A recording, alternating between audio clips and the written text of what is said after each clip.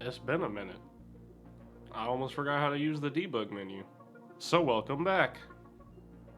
Hey, that's kind of crazy. You see the dance animation in first person? Awesome. So, weekly update number 11.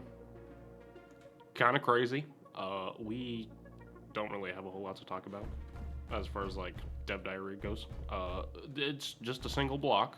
No armor slopes this time, which is, I'm kind of sad that we don't have that, but I don't have a whole lot to talk about with the block that they did release. I mean, it's a shower that they released, so yeah. Let's switch to spectator cam and get into it. Consider subscribing. I'm also trying to hit the goal of 500 subs by the end of next year. The shower here looks amazing, honestly. It is still non-functional, so much like almost everything else in the game. You can't really do a whole lot with it. But the inside of it looks crazy. I'm wondering if they're going to animate this at all. With the sounds and whatnot. I mean, they're gonna animate it with sounds probably, but like, I want to see like water flowing out of the nozzle when you get in it. That would be crazy. I hope they do that because they've done that with like other things, like the animations and whatnot in the past. If they don't do that, whatever.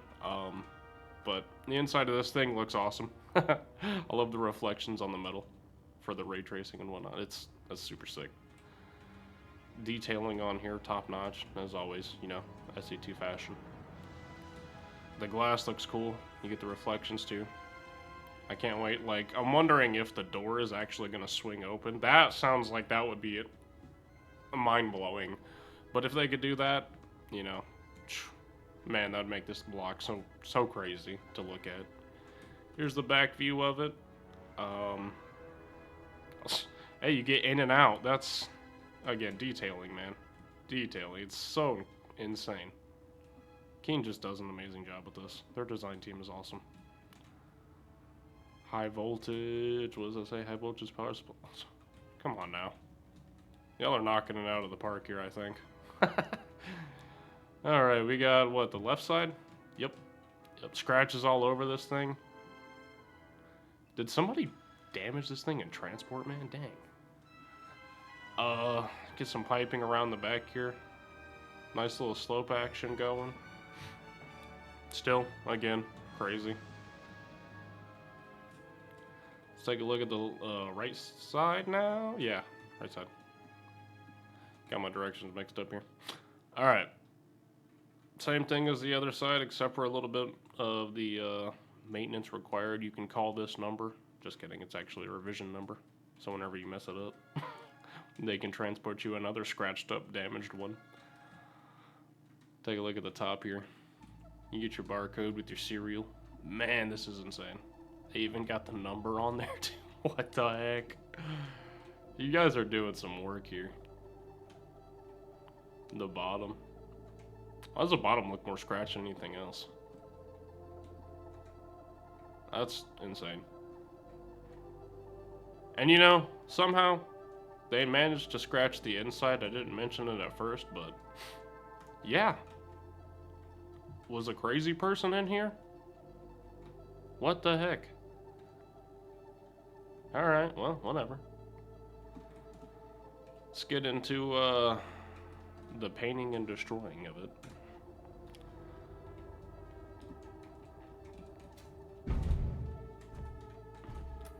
Alright, so add some funky colors to it here.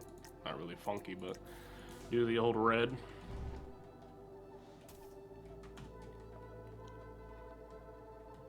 That looks awesome. I like that the internals are completely colored. I don't know what I was thinking with that they wouldn't be, but yep, shower.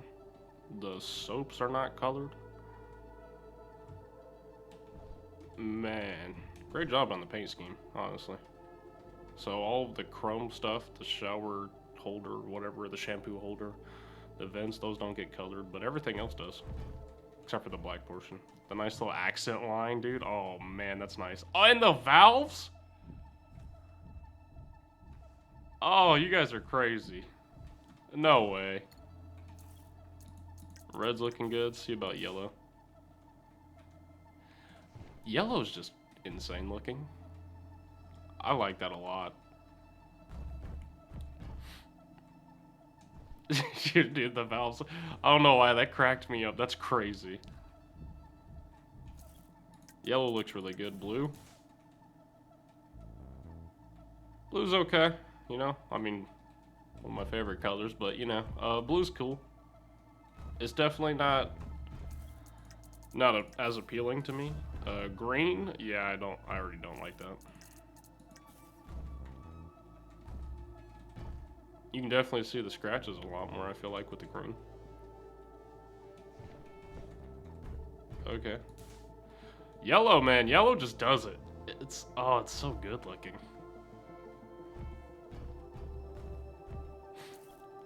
Alright. Cool, cool. Let's get into blowing it up now.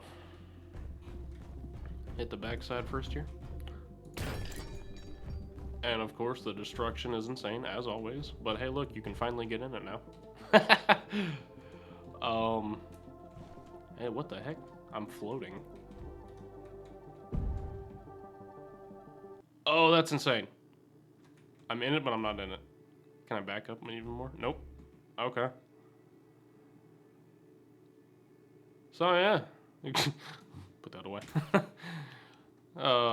You can kind of get in it if you break the door off, I guess. Still, again, non-functional, but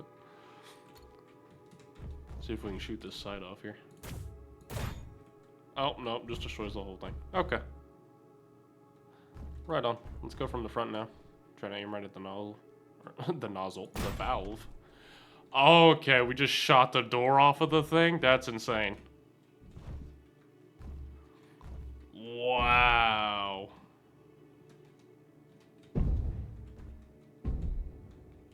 You can get in it even less with the top being blown off. No missing textures this time. Doesn't look like it. Alright. Destruction's still crazy. So it looks like you're going to get a big chunk like that all the time. Alright, cool. I'm back in the spectator cam, and we'll check out the little demo I got here. I'll get the door closed.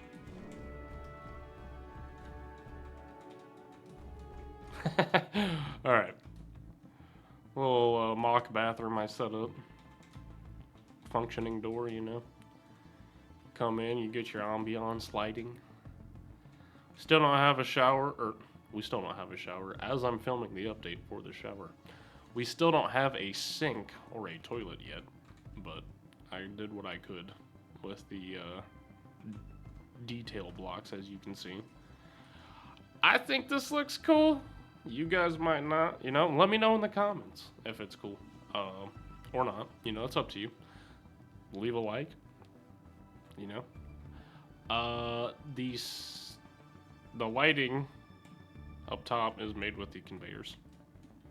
Check out my light video for more on how to do that, or if you just want to see more about lighting. It's, you know, pretty standard bathroom. Can't wait till they add the toilet and the sink next. Maybe that comes next week, maybe it doesn't. Who knows? They've been adding decorated blocks soon, or recently. So, I'm excited for the future with it. We'll see. Let's get into breaking news here.